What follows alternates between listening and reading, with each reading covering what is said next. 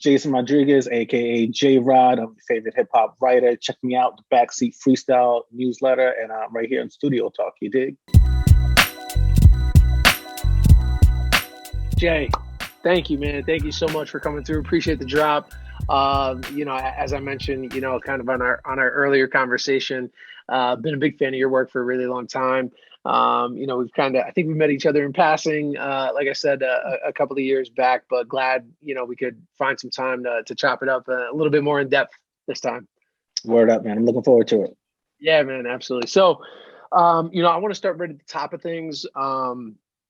And talk about the Black Lives Matter movement. I think it's something extremely important that we help keep top of mind, and the little bit of airtime that I get, I think it's important to make sure that we're having those conversations, especially, being a white person in hip hop. I think it's extremely important. So, yeah, man. And then everything that's gone on in the last week, again, in Minnesota and Minneapolis, shit is just really, really tough right now. So, we'd just love to kind of get your thoughts on if you don't mind, some people or some brands to kind of shout out that have been doing a great job of keeping this conversation going. And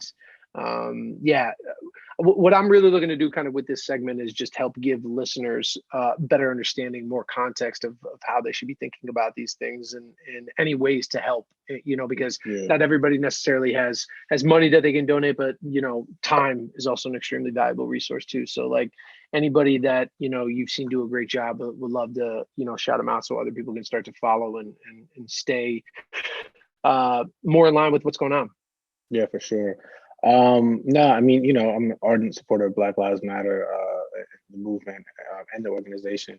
I would say like Marvin Bing's probably a good brother to follow on social media, just for like, just a singular notion of, why it's important, and, just kind of following like, just top line ideas about like, how the tragedy kind of connects from like individual to community.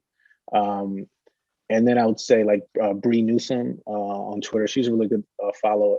She connects it kind of institutionally, right? Like you can kind of see like the institutional impact of like these tragedies, and how it's not just as one-off or happenstance as people may, as detractors may want to make it seem, but it's rooted kind of sort of like in systemic ails that tie into gerrymandering in the 80s, redlining in the 60s, to Jim Crow things before that. So I think those, just off the top of my head, I think those two are like two really important people to follow. Yeah, man, appreciate that. I think it's just extremely important for people to continue to inform themselves with the right information, people that are well respected and do their homework too, especially in the internet era. Like obviously social media has made things way more divisive than they may have been in the past, and that's kind of a good thing and a bad thing. The one thing I always, the reason I asked about people that listeners can follow is because I keep going back to this thing of like our parents' generation. They're now on the internet. They're now on Facebook, and a lot of them tend to share, information that isn't reputable. I don't even like saying the word fake news. I just hate that because of where that comes from. So I just want to take it back to before that, what we called that type of stuff. But it's funny to me that they do that, because I'm sure you can remember this too, like growing up, in all your history classes, every fucking essay you had to do, they were like, yo, make sure your, bibliography is on point. You know what I mean? And you're citing your sources and they're reputable. And they don't do that now. And a lot of people don't do that now. I'm using our parents' generation as just kind of an example, but there's a lot of people that don't do that now because it's almost it's hard to take that extra step. And it's just important that you do that. And I think it's important that we have these conversations to make sure that we're still putting it out there, because we're in that unique generation where we lived before the internet. Yeah. You know what I mean? And we've also grown up with it. So I think it's on our generation to kind of be that, you know, bridge that gap to let those younger people know and the older people know, yo, you got to do your homework and you got to be, Yeah. you know, make sure that you're digging deep. Yeah, no, it's interesting. I mean, and you know, the challenge with technology and breaking apart kind of like bundles, right? Whether you're talking about like album bundles, what iTunes did, TV bundles, and kind of going a la carte with streamers. You know, the same things happen to media. And so, like, you know, in the past, you have a newspaper, you know what's front page is, you know what, you know, page 5 is, and you know what the opinion section is. And with everything kind of being just broken up to URLs and individual pages, everything looks the same, and you know, everything looks like it's equitable. And you know, if it has, you know, the certain name of a publication on it, whether it's a legitimate, like, you know, New York Times or something that just sounds like it has a legitimacy, people put that value to it and they attach it. And you know, I think there's probably like a larger um, news literacy kind of problem that's going on with this country. And then, you know, on top of that, it's just with the education system, and you know, there's so much of American history that's hiding in plain sight in books that just don't make it to you know, school curriculum because it's being lobbied not to make it that way. And so, you know, it reinforces kind of like this, you know, pun intended, vanilla history that you know just doesn't give you the broad scope of how we got here, right? Like, and to some people, it's not very surprising how we got here. Yeah. Crazy, man. Crazy. Well said. Well, thanks for touching on that. I know, you know, it's definitely a tough subject, but like I said, I want to make sure that I'm doing my part where I can. So I appreciate it, man. Yeah. So yeah, man, I want to switch gears a little bit, jump into, you know, a little bit more of your backstory, and then, you know, would love to kind of use this episode to help artists and managers better understand, you know, the storytelling aspect, which you've Yeah. seen from a number of different sides. But yeah, let's just kind of start right at the top. You know, I know you're originally from Delaware, if I'm not mistaken. So, Yeah. you know, how'd you make your way to New York? When did all that happen? And you know, how'd you you know, find your way into hip hop journalism? Yeah. Yeah, grew up in Delaware in the suburbs. You know, had older brothers who were like very much like MTV kids. So, you know, and my mom was like a Motown mom. So, you know, remember hearing like the Supremes, Billy Joel, Tina Turner. So, you know, music was something that was always like on my horizon. And then, yeah, man, just remember like watching Yo MTV Raps and seeing like a Big Daddy Kane music video, and just like seeing his cameo and dancing like the big rope chains, and just like, what's that, you know what I mean? um so yeah, so then, you know, it's funny like saying that, like, you know, back then, but it just shows like the mechanism of access was different, right? Like, you know, not the internet. So it's like, you know, back then it's like really kind of like putting effort into like cutting grass to get like $5 and $10 to like buy a magazine, or just like, you know, just sitting in a grocery store and just like, I'm gonna read the Source cover to cover right now, or Vibe Yeah. cover to cover. So yeah, you know, that was like my thing. And you know, there's usually like there's just like one kid. Like back then, it's like there's one kid who's like the hip hop kid, right? Because of so much effort you have to do to kind of like Yeah. find the liner notes, find out who's who, you know, to get mixtapes. It's like you had to have like a cousin who knows a cousin who knows somebody else who's like driving down from New York. Um, so yeah, you know, that was me. And then, you know, went to college, um, uh, you know, had designs of like, oh, should I be a business major, a communication major? Like, what am I going to do? But like really just like fronting, because the idea of like being a rap magazine writer, it's like, it's so foreign. Like, and Delaware's not even that far. It's only 2 hours away, but it just Yeah. doesn't, Yeah. it just seems foreign. It's like, I don't know anybody who did it. But at that time, but by the time I became a senior, allhiphop.com had launched. And, you know, that's two brothers, Chuck Creekmer and Grouchy Greg from Delaware, right? So it's like, all right, you know, this is a little close. And at that time, it's like people are starting to like faintly hear like Young Guru's name on records. And Yep. so it's like, you know, people in my barbershop knew Guru. So it's like, all right, cool. This is formulating a little bit, right? Like this doesn't seem as foreign. And yeah, then at that point, like I had a girlfriend in college who's from New York, and for her it was like seeing the Def Jam building and the Sony building. It's like she's seeing that while like on the way where she's passing stuff. She's like, "Yo, like, why aren't you doing this?" So that's kind of thing that like flipped the switch where it's like, all right, let me like pursue this. So yeah, started writing for like, you know, school paper. Reached out to Chuck for All Hip Hop. And then, you know, he invited me to New York at the time. He was working for BET. So, you know, went and visited him. He took me to the source when he was scooping up a paycheck. Like, it just so happened like 3 6 Mafia was there that day. So it's just like looking at it, it's like, yo, this shit is crazy. Is this how it always is? Yeah. Which is not, you know, some days, but yeah, you know, that was kind of, so then from there, it's just like, you know, graduated college, started freelancing for all hip hop, applied for grad school so I could get like, you know, student loan money and bread to like hustle my way through New York. And yeah, did that, man. You know, student loan moneyed it for like a year and a half, and did, you know, and you know, upped my work for all hip hop. So now I'm doing like in-person stuff, you know, set visits, or like, you know, going to labels and interviewing people in conference rooms, and then you know, just building and building and building from there. And then, you know, graduated, got an internship at Vibe magazine, and that flipped to like an entry-level job, and that's kind of like what started like my professional end. The one thing that stuck out to me with that was really just the hometown love piece. You know what I mean? Like, being from Delaware, you had some guys that had that were actually doing something like, you know, some real substance, but then also to have somebody like Guru that was kind of like a friend of a friend. That's like Right. close enough when you're that young to be like, oh shit, this is like real. Like, I can touch Yeah, this for thing. sure. And that's, yeah, man, I had similar experiences as well. Just like knowing a young kid who like got signed to like a small label, but it was, Yeah. you know, kind of based in New York, and it was like, oh shit, like that can happen, you know? Yeah. That's No, it's huge. Actually, you know um what's so funny? I always forget to tell this in stories. And it's like just popping my head up now. Speaking of Google, it's like, so when I was in college, this kid Jermaine, he used to throw the illest parties, right? And he threw the illest parties like off campus, right? There was like the campus parties that, like, you know, like the Kappas and Qs through, and then like the off campus joints. And Jermaine had the off campus joints like on lock, fly parties. And Jermaine had this like GS 400 Lexus with the bubble headlights. He had the like original Rockefeller like leather jacket. And all I knew is like, yo, he's from New York. And I'm like, yo, how is he getting it like this? You know what I mean?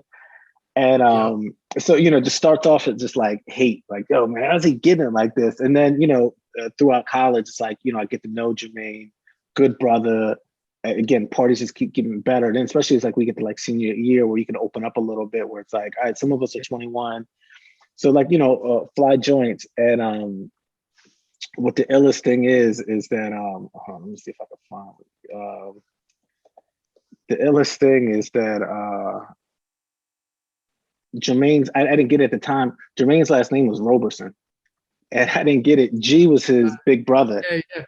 and so, but I didn't connect it until years later when I covered the making of Best I Ever Had, the video, and so it's like, you know, go to the video set. It's in Brooklyn, and at this point, like we're the only crew there at MTV, right? It's like you know, he's Best I've Ever Had. It's like super picking up, but it's not like on the way to full shelf like phenomenon yet, right? So it's like, you know, we go there, we're waiting for him. Obviously, like, it's a big deal that Kanye's filming the video, and I had reported on that for MTV. Like, I got that from Drake, and he told me about it. You know, ran with the story. It's huge. So sitting there waiting to do everything, and then I see Jermaine, and I'm like, yo, man, like, what are you doing here? And then, you know, it's like tying all together, where it's like, oh shit, your brother was G. And then I just told G that story like 2 or 3 years ago. And it's so bugged out because I had met like another brother at that time, like in between. And so by the time I met like G, I'm like, yo, I went to college with your little brother. I know your man over here. And like, to the point where G's like, yo, how come we don't know each other? And I'm like, how come we don't, you know? But you know, but it's that your career is sort of like these individual moments that get you closer and closer and bring the circle in tighter and tighter. And, you know, you're amplifying that with good work, right? And that holds it all kind of together. So yeah, it's fun looking back at moments and you're like, I didn't realize at the time what was happening, but yeah. Yeah, I mean, well said too.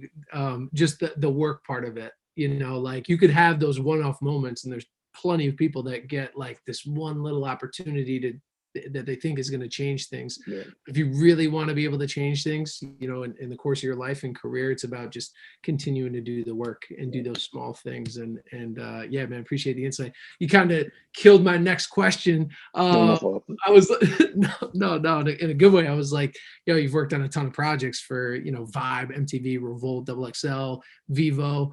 Was going to ask a personal story, a favorite of yours over the years, but I mean, if you got another one, please share. But no, that was a good one. I rarely tell that story. I've caught myself telling like the Jay-Z story over and over too many times. But that Drake one was I think that's a good one. And then, you know, it's at the beginning of Drake's career, it's like I ended up interviewing him so many times that, like, you know, we had a close bond. Everybody thought we're friends. I mean, we're I haven't seen him in a couple of years, but every time I see him, it's like, you know, strong affection. Like, you know, I've met his mother, you know, his barber, like everybody like deep in the crew. And, you know, it just gets you into like different moments where, you know, it's like, I remember one time being at like Nokia Theater for some, like, it might have been some like Microsoft branded thing he was doing. And, you know, it's like 4 or 5 different outlets. We're all like, you know, waiting to get our time with Drake. But we're not necessarily like separated, right? So it's like you go off and do your interview over there. We're still waiting. We were like within earshot.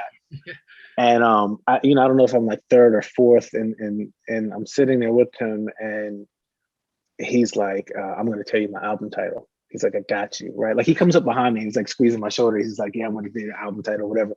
And so then people are like ear hustling from there. So like we're talking, we're doing the interview, and then you know, I'm like, and yo, like the like the album title or whatever. And he sees everybody lean over, and he's just like, he's like, I want to give this to you. He's like, we got to do it another time. But it's interesting, man. It was really like a privilege, like to cover like the early onset of his career and kind of seeing all those moments. Yeah, for sure. Yeah, man, that was such a crazy time. I mean, that was like my senior year of college. I remember we were just talking about Cass. Shout out to Cass. We went to Purchase together, and I remember this was like 07 going into 08, and we were still at school for basketball over winter break. Yeah, we left practice one day, and we were going to get dinner, and he was like, popped it in.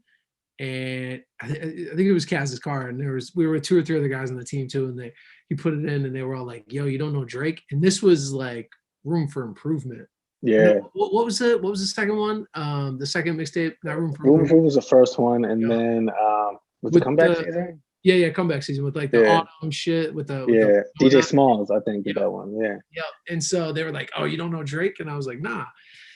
And so we listened to him then, and I was like, dope. And then he was on like my radar. Then Drake's first solo performance, like in the States, Kaz knew him because he was working for The Source at the time. Like he had an internship, and he was doing some shit. So he had connected with Drake and was, you know, doing some write-ups and whatnot.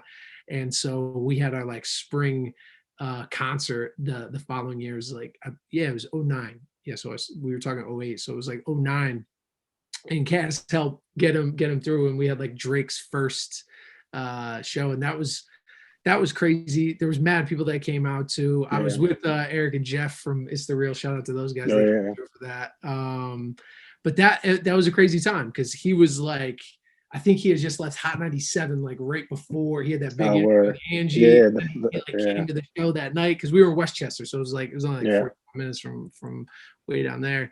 But like earlier in the day, he was in the studio with Jay, and it was crazy. Like Kaz hooked it up, and I chopped it up with Drake for a couple of minutes back there too, and it was just a crazy time because of how big it was then. But not only that, I think hindsight is like that shit just lasted. Like still going. You know what I mean? And that's crazy. We haven't seen that, so hopefully, you know, that shit continues. But you'll have to tell me the Jay story next time we get up, because that people. But yeah, man, we'd love to kind of jump into some of these other things as well. Like at the top, want to make sure that we're talking about you know, some storytelling. I think that's a really big thing. I mean, we were just doing it kind of naturally. And I mean, I think you've turned this into a career, you know what I mean? Being able to tell stories, you know, from you know, kind of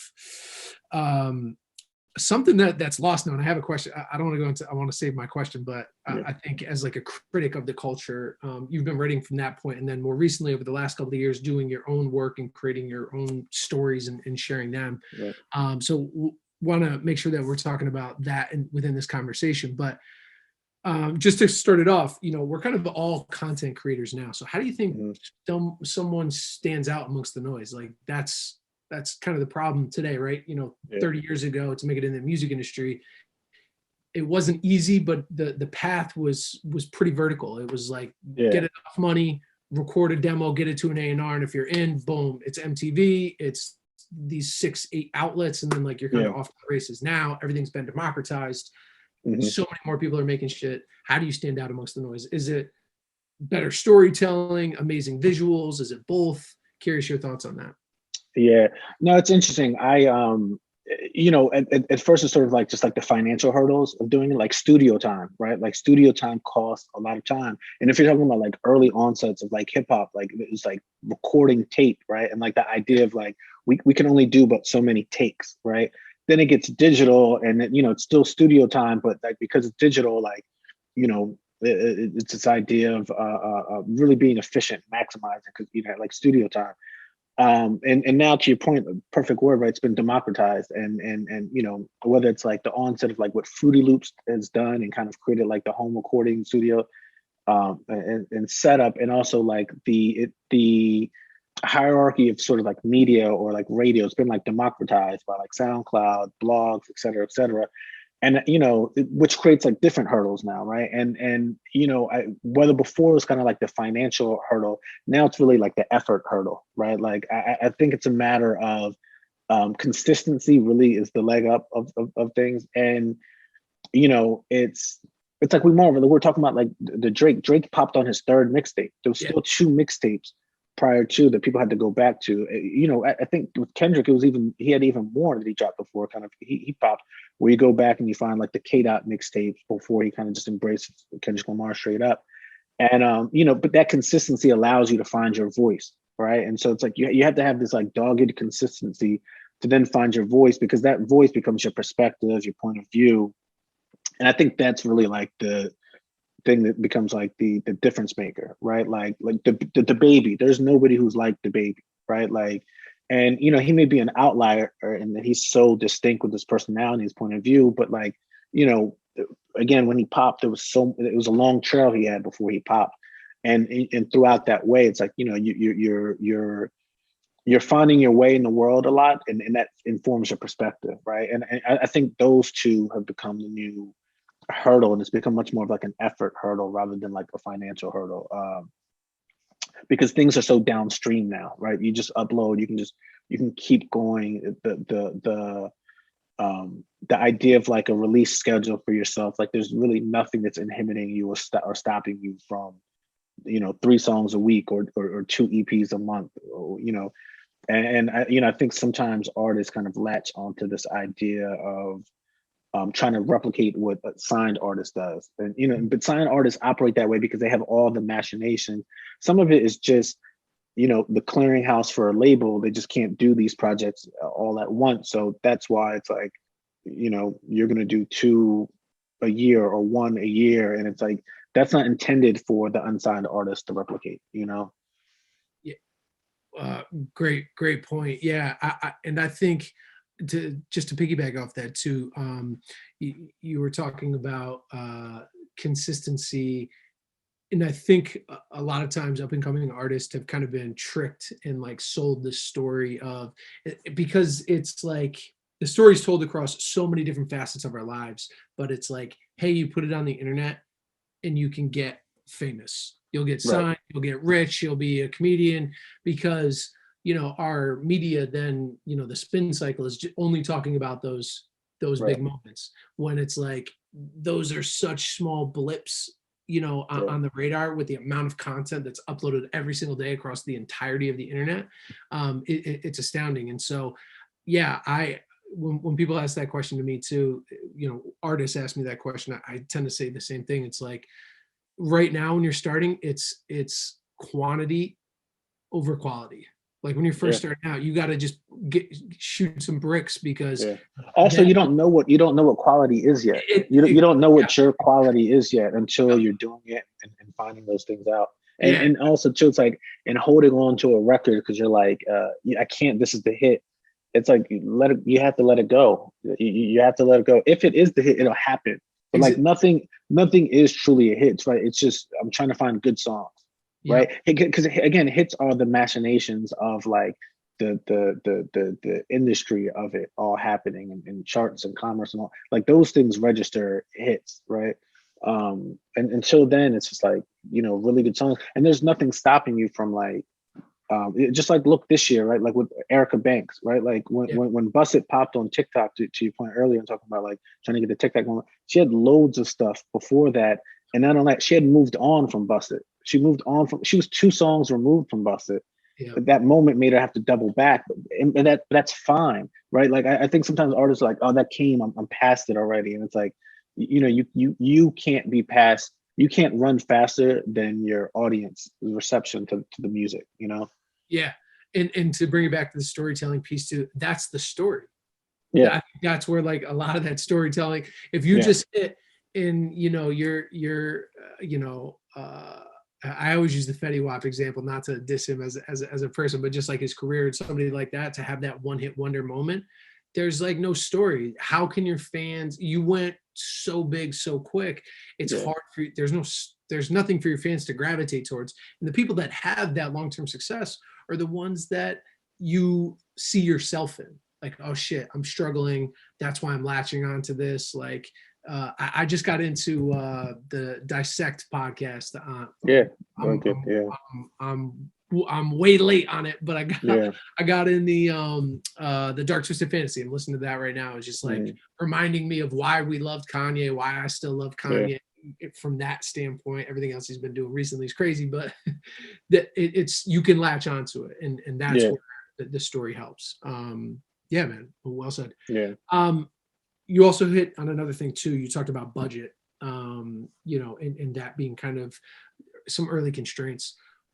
What can up and coming artists with no budget focus on when they are making their content? After they've made the song, when they're going to upload it, put it out there, they don't have money for great sets and whatnot. What should they be paying attention to in order to, create engaging content? Yeah. It's when you're an artist, like you're building your tribe. It's not just like finding your manager, right? You're trying to find a bunch of young people or a bunch of young-minded people to create your tribe. And some of them you're going to try and make sacrifices with, right? Like because there's no money, like maybe like the 4 of y'all have to go into like a 1-bedroom apartment, right? And you're finding people who are trying to all prove themselves, right? And so the thing that you need, they also have to provide, and so it's like you have to do that to build bridges to one another. I just can't see any other way other than that, because it doesn't make sense to pay for the expensive video. Like this is R&B singer Sherion. I just wrote her bio not too long ago. And she has this music video for a song. I mean, it's great. It's in her living room, but the director, who's her like best friend, really knew lighting. They blew up balloons with like strings to kind of create some like visual depth to it. But it's really like lighting and filter, and he created a moodiness that matched the record. And from that point on, it's like she's an R&B singer, but I think it's still applicable for hip hop. Like the song really resonates with her, and so like with that, I can just watch her deliver it, right? Mm-hmm. Like it's so resonant to sort of like her truth that I just her performing it pops off the screen. You know what I mean? Yeah. And the biggest feedback I usually get when people are like, "Yo, I want you to listen to this new artist." A lot of it has to do, like some of it's like they have delivery, they have flow, but it's hard to hear stuff where topically you're rapping about stuff that's probably like on the other side of the mountaintop, right? Like, and that happens to all rappers when they make it, right? It's like there's a new set of problems and challenges that are going to hit you. Fame and money and betrayal and ideas of loyalty. But you know, prior to getting that, it's much more. I don't want to say relatable, because in all ways, if you're good, you can make it relatable. But it's like, you know, there's a way to party and ball out, right? Like, other than talking about like popping bottles and chains. And I don't want to act like the idea of like partying and having a good time as a newcomer, you can't do it. There's just a different way of doing it than when you do it after. And it's like, so what ends up missing is it's like the conviction of what you have behind your rhymes, because you're sort of chasing something that's not your honesty, right? And to go back to like the like we're mentioning with like Kanye, My Beautiful Dark Twisted Fantasy, or artists, when you're making, it's like, it's a song that you're going to, if it pops and this is the one that works for you, you're gonna have to perform the song over and over and over and over again. So it's like you have to really like it yourself too. You know what I mean? And so I'm kind of running a little bit away from like the topic for the question, but yeah, you know, it's really just a matter of like, you know, the things that are attainable to you and you can reach, like if you have the talent, those can be, you can amplify those things, you know, like I remember listening to Skills podcast, and he had like KP, the A&R on there with No ID, right? And like No ID is talking about like, you know, pause tape style to make a beat like for pre-production to give the comment. And like, but these are records that like made it on the Common's debut, right? Like he didn't need the big board, and he was trying to make a point of like, you know, you don't need the big board. And KP said this quote, I wish I could remember it, but it piqued my ears so much, where it's like, you know, that talent can make up for a shortfall, like with that, like I don't have access to this technology. And that's what happens at the beginning, you know, like but those are the difference makers, right? Like really like believing in who you are, finding that conviction, and then, you know, finding the purpose with like a tribe that you make, right? And so this director will get my back, where I'll find this creative director, and you know, if it doesn't work, like you're not paying them, you move on, like, but you have to keep trying, and that's why it's like the effort and like the consistency to go, because you're trying to find out what you are, you know. Yeah. It really sounds like the big thing there is it's a creative problem to solve. It's not so Yeah, much a financial one. It's like, hey, how creative can you be with the limited amount of resources? yeah, And I think we've all experienced that when we're young, and or a lot of us, the majority of us, I should say, have experienced that when we're young, where it's like, I just need the thing. I'll be better if I have the thing. I'll be fucking Michael Jordan if I'm wearing Jordans. And it's like, yeah, no, like those will help you run a little bit better, and, yeah, and make sure you don't slip all over the place and X, Y, and Z, but you still have to have, you know, some of those skills. Because I mean, how many ballers have you seen that are fucking trash and they're wearing Jordans? yeah, Like yeah, that only takes you so far. You got to have the rest of it. And so don't focus on, I don't have this, I need that. Focus on the important stuff. Like, what are you trying to say?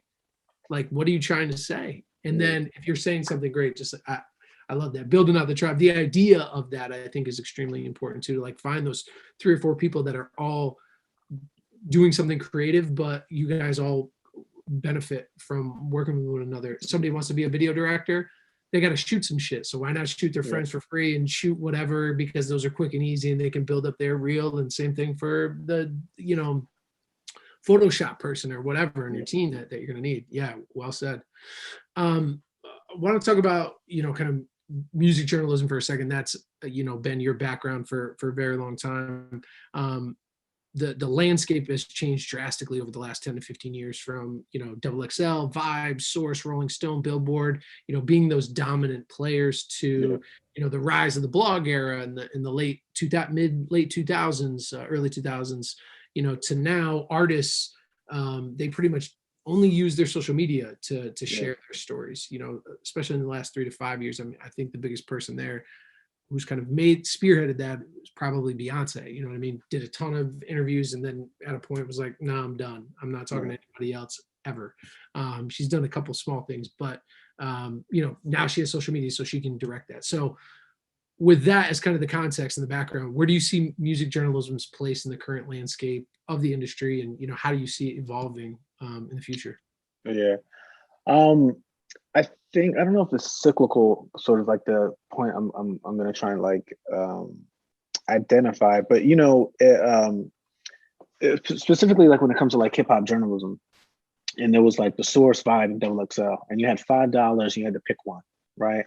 And it was really a choice because the delineation was very clear, right? So it's like the R&B star is going to get, big time ink and vibe, maybe just a small blurb and to Source, and probably like nothing in Double XL, right? So, but that earmarked sort of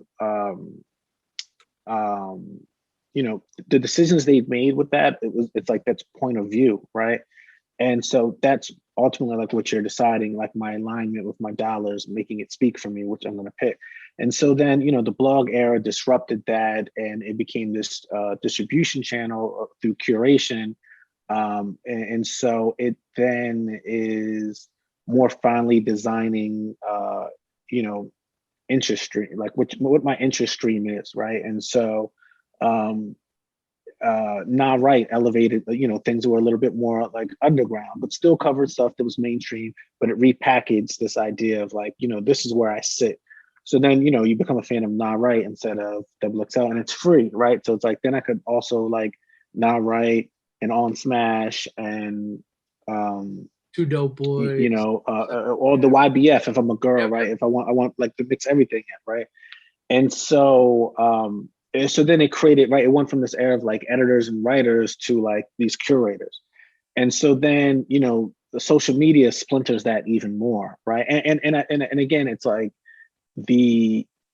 even with the blog curators, it's like, they're putting money in towards hosting for their WordPress site, but then also the effort to deal with like DMCA, like takedowns from the labels, right? It's still an added, like they're doing stuff, right? And so then you have like social media channels that you can follow, whether it's like Say Cheese, or if you're like a fan of like No Jumper or whatever, like, they're just, just posting or commenting or whatever, but they all have very distinct point of views. Even through all those eras, it's still a matter of like very distinct point of views. And I think sometimes when you look at some of the legacy publications, they're like, I'll see like the Source with their newsletter, and it's like, Joe Biden addressed the nation with this today, and I'm like, why is that in the Source?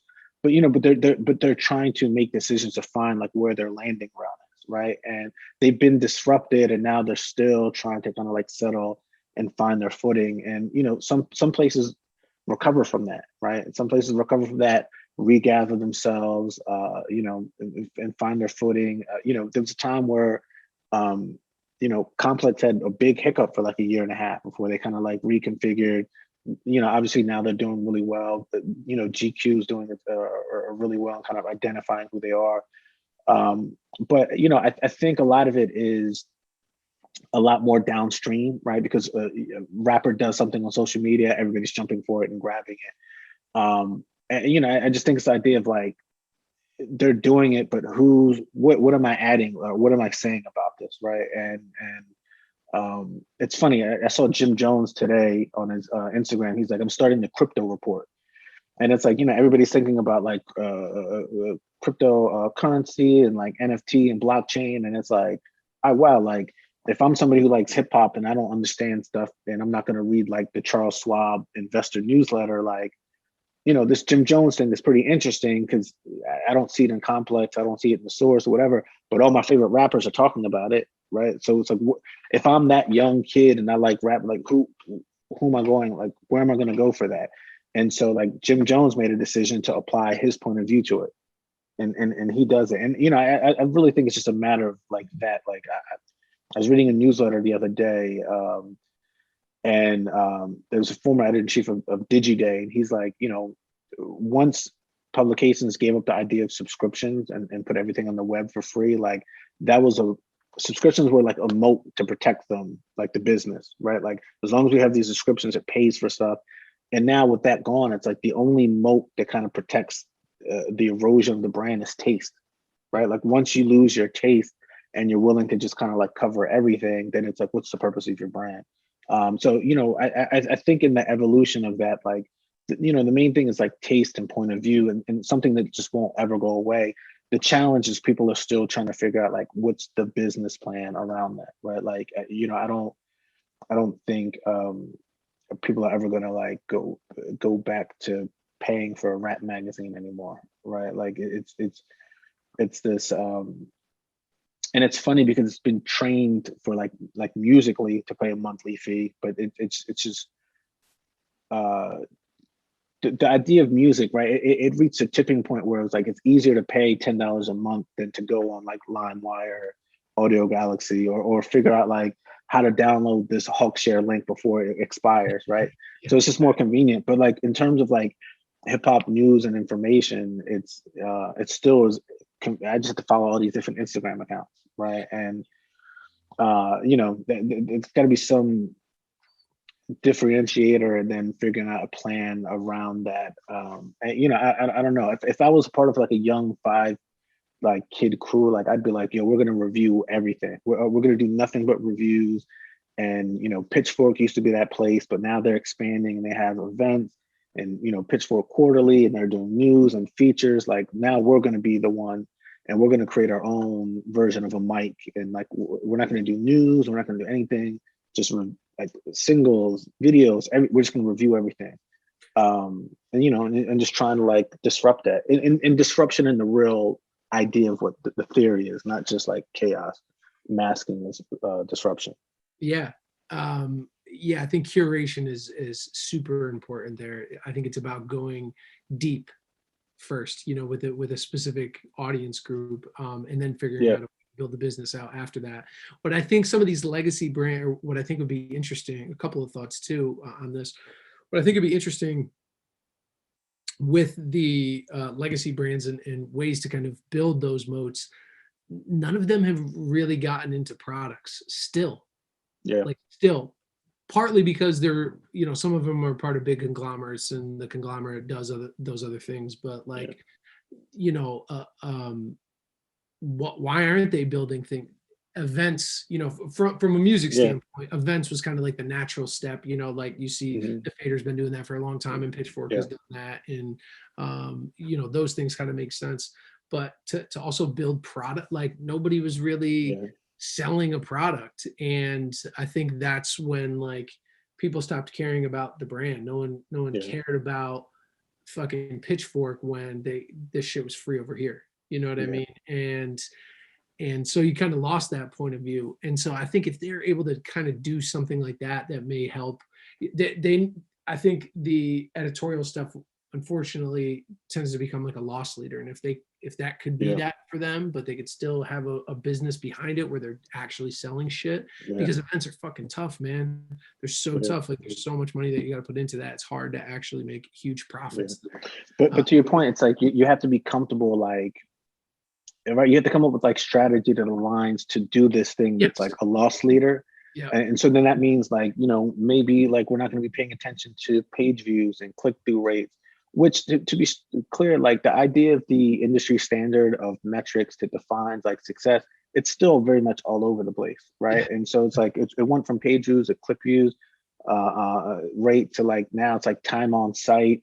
Now it's like trying to find like engagement. So it changes all the time. And so like rather than being beholden to this idea of metric that's going to move, like just really do audience development, right? And find that audience, and then from there introduce product, right? And so it's like, you know, maybe that you don't like this experience on your mobile browser, like we're going to make this product then, and you know, but it's going to be $2.99 for a membership, but it's going to do all these different other things. But that takes like real alignment between editorial and business. And I just, from my experience, I just don't find that happens very often, because I think that, you know, some of the legacy ones are still very much chasing their tail to the point again where it's like, you know, Biden makes an announcement on the refugee cap limit today, and it's like I expect to get that news alert from the New York Times. Like it's going to be in the source's newsletter, and I'll be why do I want to read that? Yeah, so I'm here for the music stuff. I'm not here for the Biden. And it's like that quote that's like, you know, I forget who to attribute it to, but like I know Dame Lillard said it like recently, but you know, keeping the main thing the main thing. Yeah, That was the LeBron thing. Yeah. Yeah. It's funny you mentioned that. I was talking about that on a couple of podcasts ago. It's like you got to keep the main thing the main thing. Yeah, it was LeBron. He said he learned that when he went to Miami. Pat Yeah. Riley. Oh yeah, Pat Riley. Yeah, I do You know, remember that now. Yeah. he focused on that, and yeah, man, I think it's tough. It's tough. I do think one more question, kind of on that topic, the critic piece of it.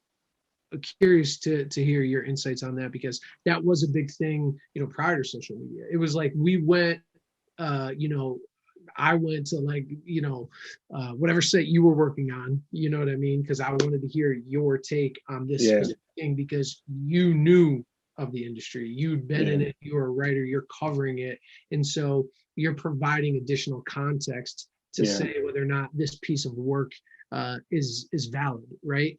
It's a little different now because the artist is like, hey, here's my singular voice, and this is the only information I'm going to give you for it. Mhm. Or it's, hey, here's this documentary. I was just thinking about the Billie Eilish one, she's fucking awesome as a young artist, but like, and same thing with the Beyonce stuff. They control all of that. So is that really true? Is that really an introspective look at their lives, or is it just like a couple of shots to be like, yo, see, my life's difficult too in these points, and like, cool, that's all you get? So just kind of curious your thoughts on like the critics almost kind of being devalued. Yeah. In a bad way, I think. Yeah, but they're also devalued. I think it's a lot of it too. Like music journalism traditionally is really funny in that like the lifeblood of it obviously is music, and then but to break new writers in, you often break them in through the review section, right? So it's this thing that's important, but you're putting like new people on it, and sometimes that doesn't provide for like an end result that may be like a key indicator of like separation between like you and like a rival publication. And so, and then it becomes this way where like, what's the path of success, right? Like you become successful and you become an editor, right? And so like, yeah, I remember I was a staff writer at MTV News, and I remember like doing my thing, hustling, breaking news stories, writing stuff, Q&As, news pieces, album reviews, everything. And then I move over to Double XL and I become the executive editor, and it's like, it's more money, I have more responsibility. I can, I have this idea to pick different writers and the right writers for stories, things that are very much important to me that I think are important to the culture. And it's like, I remember seeing DJ Drama, and he's just like, yeah, but your name was ringing when you were doing that. But the path of what I'm supposed to be doing, or the arc of like progress is to kind of do this thing that then moves you behind the scenes. But it's like, now when I know all this other information, it's taking me off of the front lines of being like, and this is just like in respect to like the idea of like a critic, right? And so, and you see it sometimes again with like social media, right? Like Daytwan Thomas is a superhero, right? Like he is a superhero and a living legend in our midst of hip hop journalism. And, moments when he decides to kind of like unleash his combination of experience, point of view, his Brooklynness and culture, and it does like a certain type of Instagram post, you're reminded of it, right? Yeah. And you're like, wow, that's amazing. But it also seems like this would be undervaluing him to like be a columnist or staff writer, right? So it's like, how are you finding that balance? And I just don't think that again, we're examining like I don't even know if these publications are examining their business and editorial strategy and structurally, what's the next iteration or what they can do.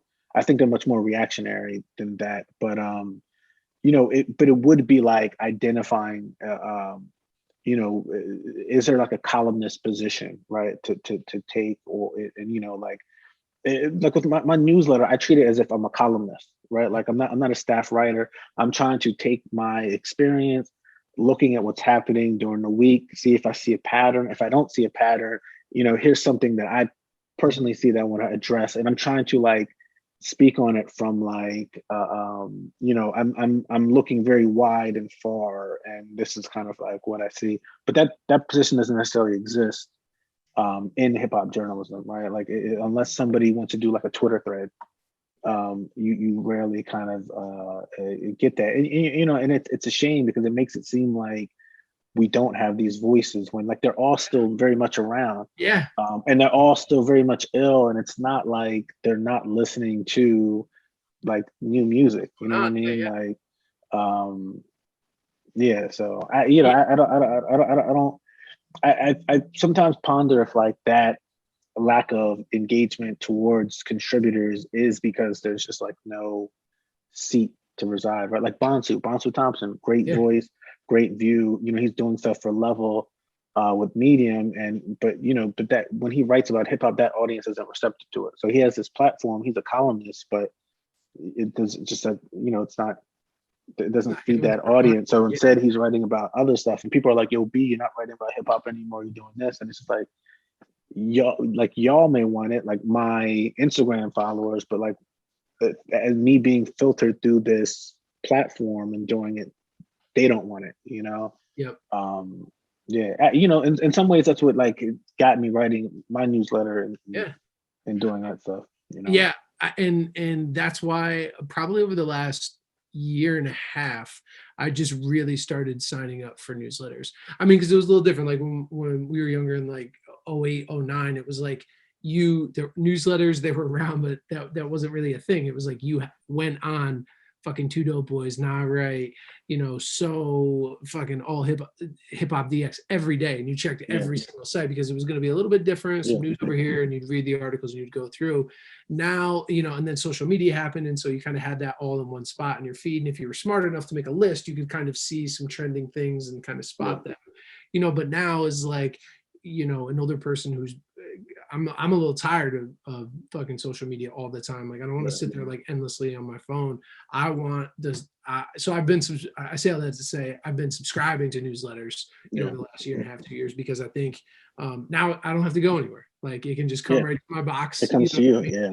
It's respected people that I know aren't just like spitting some bullshit, which is a lot of what social media is. It's a lot of people just giving their opinions, not really doing the deep dive or providing context. They just say a one-liner because that's all they have. That's what the platforms allow.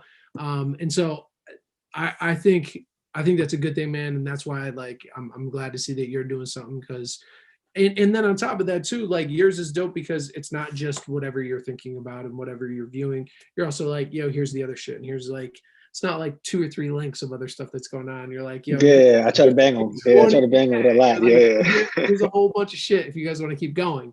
And I think that's great. And I say all that to say, I think it's important for the curators, the critics, however, like they still need a place because they need to provide the context for the novice passive fan who's like, oh, I like that music, but they don't really know why. Like we need some sort of record going forward. And so I think that all ties back into, and the reason I bring all that up is because I think it ties back into storytelling. Like artists, when they're making their music, still need to understand, like if they're trying to be in it for the long haul, this is about telling a story and sharing it at the right time with the right people. Much like Drake was like trying to give you this amazing alley-oop of the name of his first, like that's been the biggest artist over the last whatever up until the, you know, Billie Eilish probably in the last fucking 2 years. So, you know, I think that's important. Go ahead, you're gonna say something.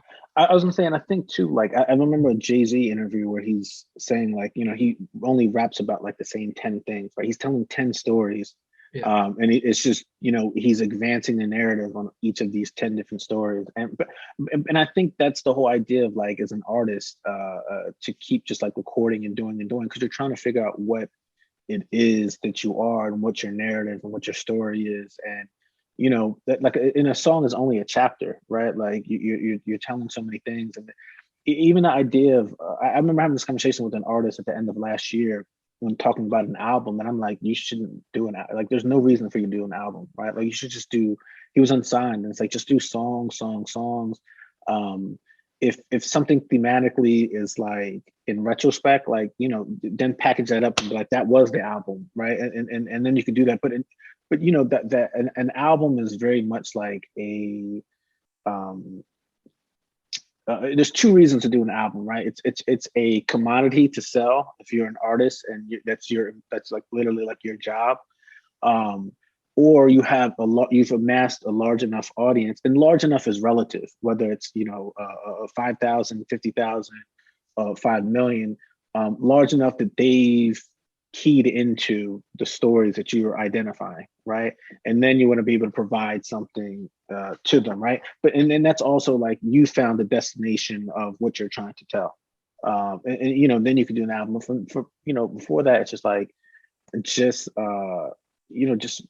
rap and tell stories. Like you're a rapper, just rap and tell stories, release, and see like and I'll say this too, like I think, and this is for like young artists, and also like to answer a lot of the media stuff question too, and even for like people who work at labels, I think it's good to pitch your own tent sometimes, right? Like, and I think writers of my age or era, like they had an aversion to the blog era because these all kind of get put in one pile, right? And obviously, it's like what two dope boys did was way different than what I did. Minya was like really like one of the like very few people who found like the way that I can do this and still retain kind of what I did. And just like a big like missed opportunity, right? Yep. And then even now where it's like I could probably still freelance if I wanted to, right? But the things that I probably wouldn't be able to write about the things that I want to do, right? Like and this is the thing, like talking about numbers, like I wrote about Erica Banks in one of my first 3 like newsletters, and relatively speaking to the rest of what I did, it didn't do as well as the other, but I like that I did it. And it's one of my favorite posts because I don't want to be asked to write about like the 25-year anniversary of It Was Written, right? It's like I already experienced that, right? Like I don't come home at night and watch the 1992 NBA Finals. I want to watch tonight's game, right? And pitching up my own tent with my newsletter, it's like I'm seeing what works and doesn't work like on my own too, right? And if you're at a label and you get let go, like start something independent for a while before you catch on. Whatever, it's just good to see like the mechanics of the buttons, and so and also too it affirms that the information you're giving to new artists like was worth and valid something, right? Like I've experienced some of these same things, even if I don't rap. Like I get the idea of it, and I say that to bring it back to like with an artist, it's like you can't treat the stuff special because you're trying to figure out what your story is, right? And the more you do it, the more you'll see what it is, right? Like that, I'm proud of some of the people that follow my newsletter. I'm still trying to figure out what my newsletter is, right? And so with an artist, it's like release. IG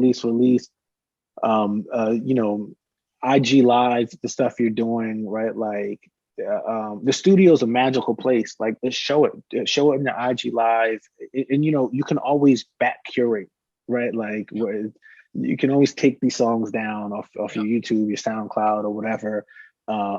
You can archive different photos, but like as you're building, you have to build that up because the regional star was a local star first, right? Like the national star was a regional star first. Like you have to pick all these people up, and you can't do it like being gun shy with like this song and I'll keep pushing it. It's hard to keep pushing it when it's like, and it's not even the blog era anymore. So it's you have to just keep feeding and feeding and feeding. Yep. Yeah, I hear you, man. Want to get your take to artists that are just starting out, thinking about building out their team. A publicist is a role that often comes up. When should an artist actually look to get a publicist? Number one. Number two, does a feature in Fader, Pitchfork, anybody else really move the needle at all? Yeah. Publicists now have very like unique skill sets that are probably in line with like when Funkmaster Flex was on $1 Million Worth of Game, and he was like, we don't break you, we'll take you to the next level, but there's other places that break you. And a publicist will have a very hard time breaking you, but once you figure out who you are musically, they can probably help figure out who you are visually, right? Whether the outfit that you're wearing aligns with this or that, or if you want to be this type of artist, like, you know, this is kind of how you attach and go. But you really don't need a publicist. One, bare bones level, until you're making money to pay a publicist, right? If you catch a lick and you're like very traditional and funded by like a drug dealer and you have money to spend, which, and be clear, like drug dealers are hip hop's VC like investors, right? And so it's like, you know, if you have that and you're determining like, I got this lick, I want to, you know, should I spend it on that? You're probably better off finding somebody who has, you know, digital marketing skills, or a publicist that has experience with like playlisting, placement, which is, and it's not like I can get you on Rap Caviar. It's like this person over here has their own in the playlist that they do on, you know, they do a playlist on Rap Caviar and Apple Music, and it's their own independent thing, but it's successful. It'll put, you know, they're an insider, and insiders look at this playlist, right? But maybe I didn't know about it because I wasn't an insider, right? Like, you know, I think those are probably better things to do, or just somebody who has like a big email blast distribution list that goes to a mix of fans, promoters, etc., or whatever. But you know, if you have money you can spend on something, like a publicist is probably not the first 3 people to go to start paying money to, you know what I mean? Like, yeah. I think just like you said, their role has shifted so much.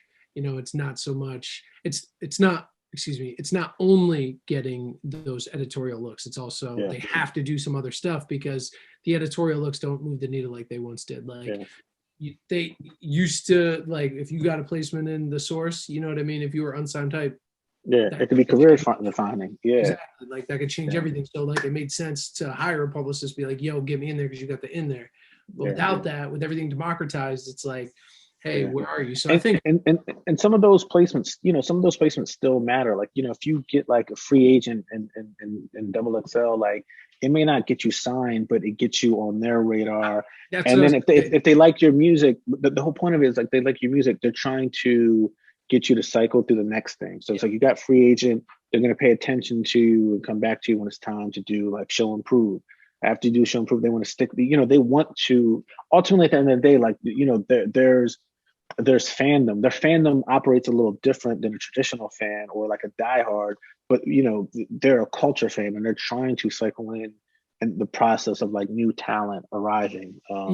Where I think it makes sense is in those moments, and it's also to like continue to add to the story too. I also think it helps from at times it can help in the industry standpoint. Like you shouldn't be looking to get the look on Fader to get signed. That's not going to happen. But you need to be able to leverage that to go to fucking Apple Music and be like, hey, this song just got premiered, you know, with Fader. I think you can work on X, Y, and Z playlist. We could do it here, and then that adds to the story. Because just like anything else, like the writers and the curators, they only care if there's something to talk about. Like that's when they're going to pay attention, because they don't want to miss the boat. And you know, there is value in getting a publicist for, rather than kind of just like having them on retainer or to get you like magazine, or it's like, I'm coming to New York, can you be a guide for me? And I want to take, I just want to take meetings, right? And you know, but you had to convince them, right? Like, you know, this is what I'm about, this is my music, listen to it, and if they like it, you know, and again, part of it is it's the transaction of the actual fee, but they have to be able to introduce you for something that's more than just money, right? So it's like you're paying them for their effort, but also they'll buy in if it's meant to be, and they'll introduce you to people, and from there it's like you meet the people, you get your own contacts from them, right? And then, you know, if it works out, God willing, it's like you make more money, you go back to that publicist, and you keep them, and then they're you know, they're your publicist, and again, you know, and that's how like your tribe then goes into like your ecosystem, right? Yeah, well said. Well said. I know we're coming down to time. Got a couple of quick questions for you right here at the end. You know, you were talking about blockchain earlier and cryptocurrencies. NFTs, obviously a really big buzzword. How do you see, do you think, number one, do you think they'll be around? Do you think it's something that is going to be here for a long time? Do you think it's just something hot right now? and then kind of how do you see this potentially shifting the value model for artists and creators? Yeah. I mean, the market is so chaotic, right? Because there's like these like activists, like investors who are like overinflating the prices of NFTs, and really like whoever's paying that much money for like the digital version of Q's World Star chain, where it's like, this is nuts, you know? But then at the same time, like, you know, and so that makes it easy to think like this is a bubble, it's going to pop early, or this is just like a house of cards, right? But then on the other end, like just looking at it at the idea of it's supposed to be like creator enabled and supported, right? Like it's Ian Schaefer, who's a really good follow on Twitter. He and I were going back and forth about it, and you know, he said something like, "You're not investing in the token, you're investing in the creator," right? And so, having read like this New York Times piece on calls a couple months ago, like we're going back and forth, and I tell him, I'm like, it's the idea of like if you bought a cause piece when he was selling them out of the trunk in Jersey City, right? And he was like, you know, his name, cause, last name, like not just like this one name, like Nom de Plume or whatever. And so, you know, with that, there's still like a lot of volatility in like what this thing could be. I'm interested in seeing how recording artists kind of apply it in, I think, the way that like enhanced CDs used to be, or like, you know, you mentioned Dissect earlier, the episode on Because the Internet, or the season on Because the Internet with Donald Glover, you know, it was excellent.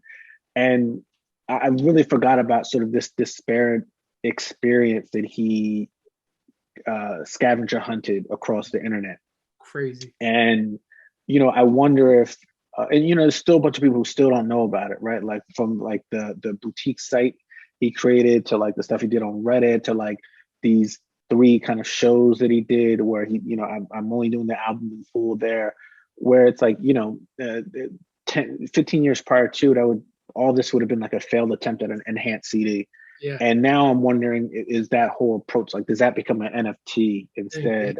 Because I think it's getting distorted when you hear stuff like, oh, The Weeknd releases his new singles in NFT, which I think that's like really missing the mark on like the potential and possibility of what an NFT really is. Like, you don't need The Weeknd doing the song, right? Like, he's a big global pop star. Like, his song should be everywhere, right? Like, NFT is like, you know, NFT early demos. Yeah. You know, I always joke about it, but like that clip where Puff was like, "I am a savage," and he's like, it's like Puff sell that as an HD like NFT that's kind of like the fuller context, or maybe you doing like a voiceover explaining it. And like, you know, NFT that for like some charitable efforts. Like, you know, I still think there's a lot of strategy to be left to design, but for now it's just so chaotic that like the instability of what it can be. I don't know if it's like the next big thing or not, but I suspect that it's going to be a, you know, another complementary effort in kind of the suite of what artists can do, right? Make a TikTok, make a YouTube video, do an NFT. I don't know if it's will supersede any of those things. Yeah, I think all that remains to be seen. I think what is interesting is that there's so many possibilities with it.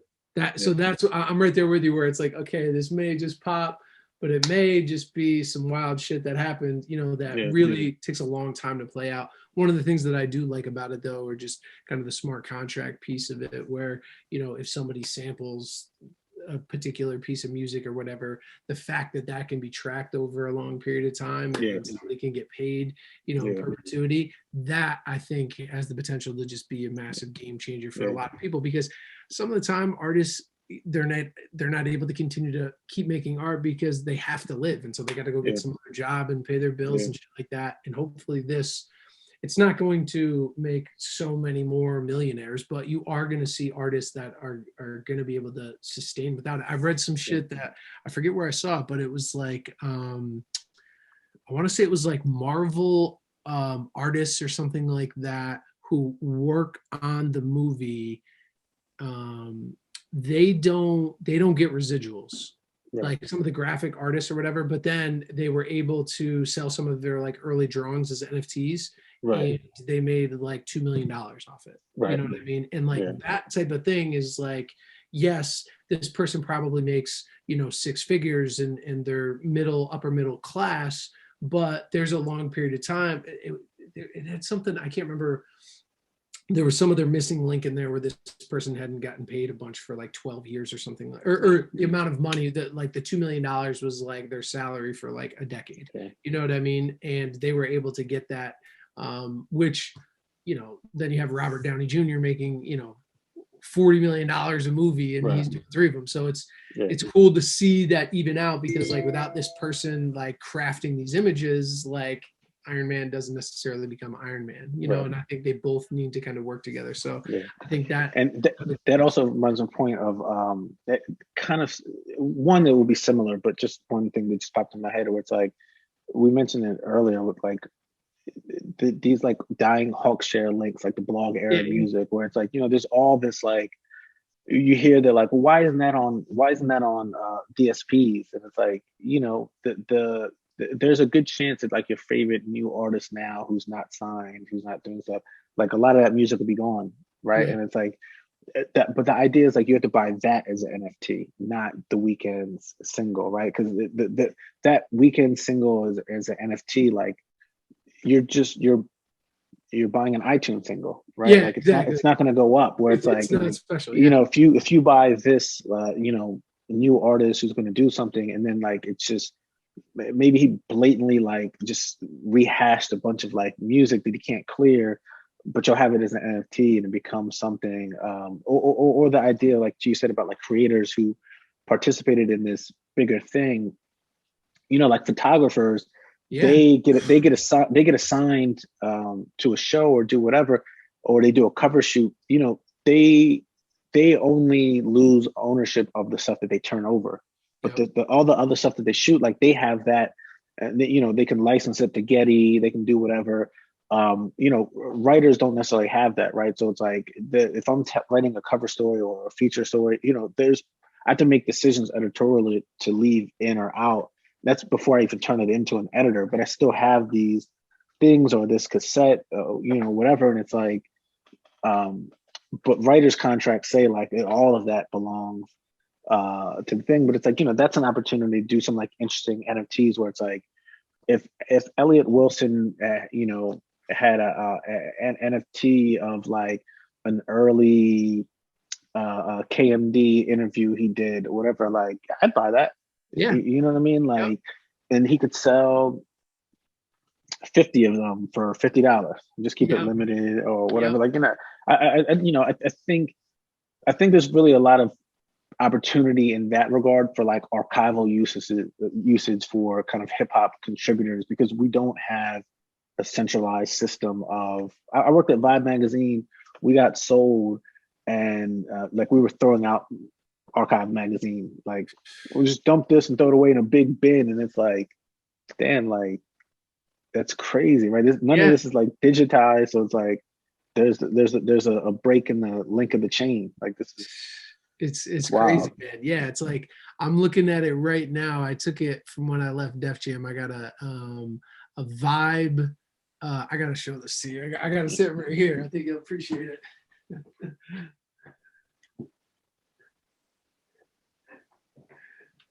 This was like a 10-year anniversary. Oh yeah, I got that. I got that at the crib. Yeah, like I got that right downstairs in my basement. Yeah, like Dr. Dre cover, Mary J. Blige cover, like we got Jay, we got Dr. Dre, Puff, Mary J, Biggie and Pac, the Neptunes with Timberland. Like, all this stuff is kind of crazy.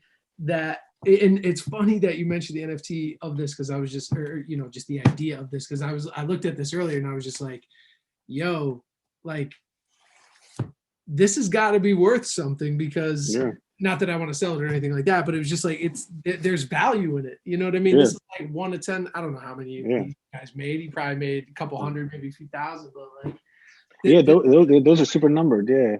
Yeah. And this was like, I took it from Def Jam. It was just sitting there. And like, but it's funny. So this is probably like inspiring me, and so like the Jay-Z story that I tell like way too much, or parts of it is like I did this Jay-Z interview.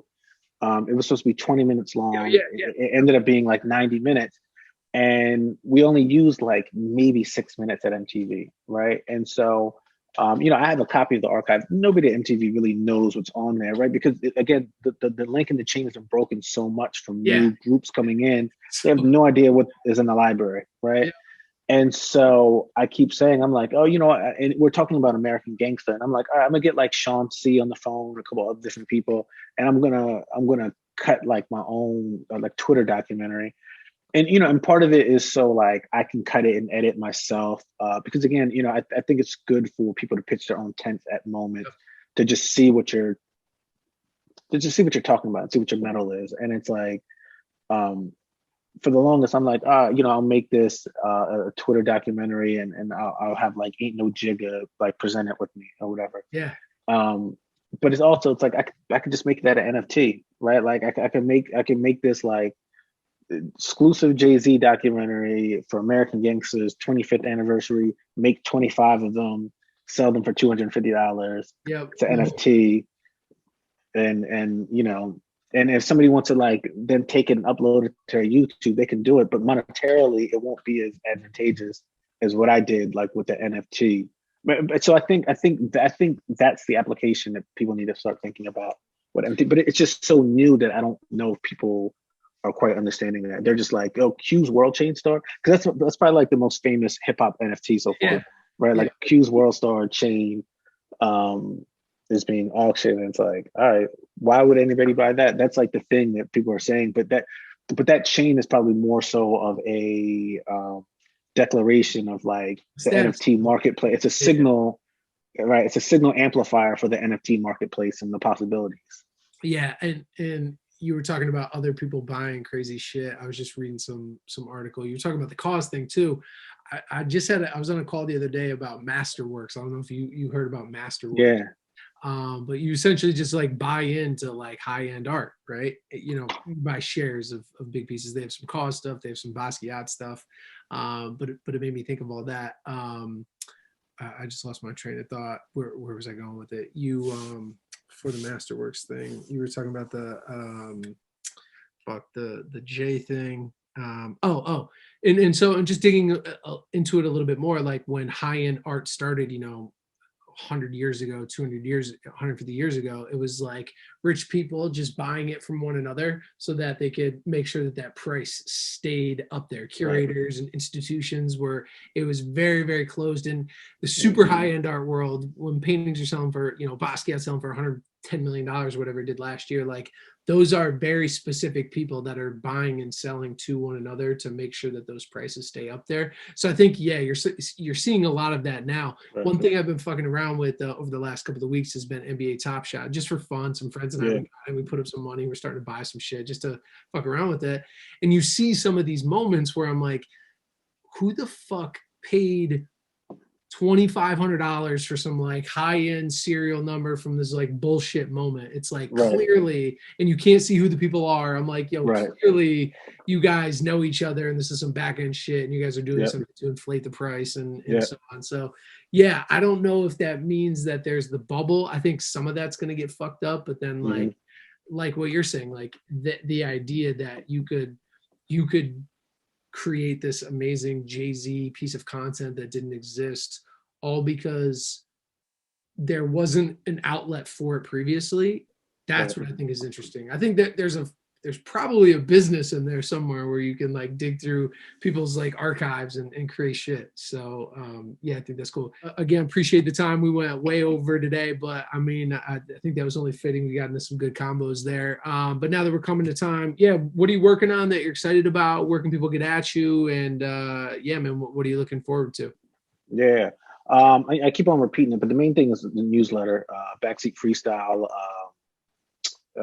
It's on hiatus this week, but it'll return next Friday.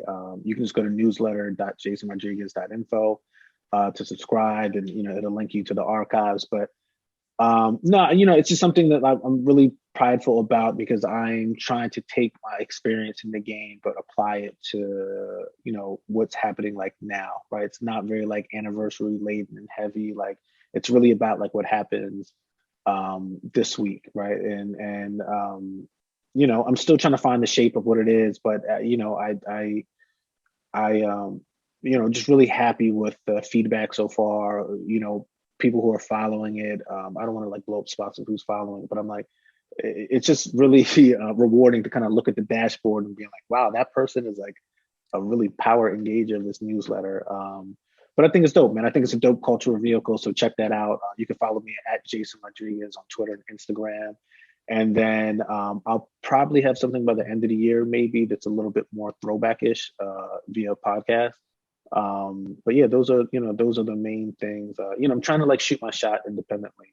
You know, Yeah.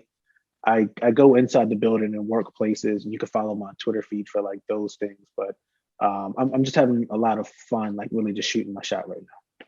That's awesome, man. Yeah. I love it. I love it. Just like you said before, a lot of shared interests and stories and ethos for independent artists, and that's again one of the reasons I wanted to have you on. I mean, your insight has just been amazing, man. So I appreciate the time, man. Thank you, my brother. All right, cool.